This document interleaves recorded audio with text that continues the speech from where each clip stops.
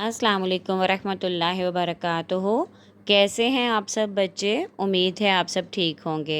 पहले मैंने आपके साथ बैतुल हला में दाखिल होने की दुआ शेयर की थी।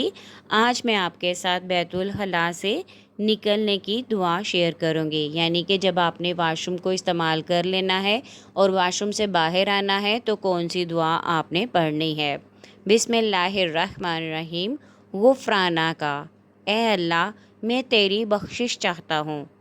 ये जामे तिरमिज़ी की हदीस है।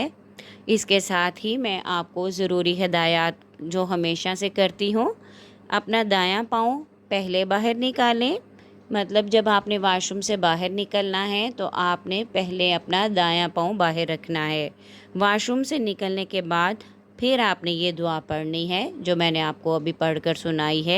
ये आपने जब वाशरूम से बाहर निकल आना है उस वक़्त आपने बाहर निकलते वक्त पढ़नी है। यानी गुफ़राना का आपने दुआ जब वाशरूम से निकलने के बाद पढ़नी है।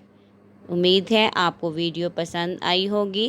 पसंद आए तो लाइक करें, शेयर करें और कमेंट्स में अपनी राय का इजहार ज़रूर किया करें और चैनल को सब्सक्राइब करना हरगिज़ ना भूलिएगा। शुक्रिया।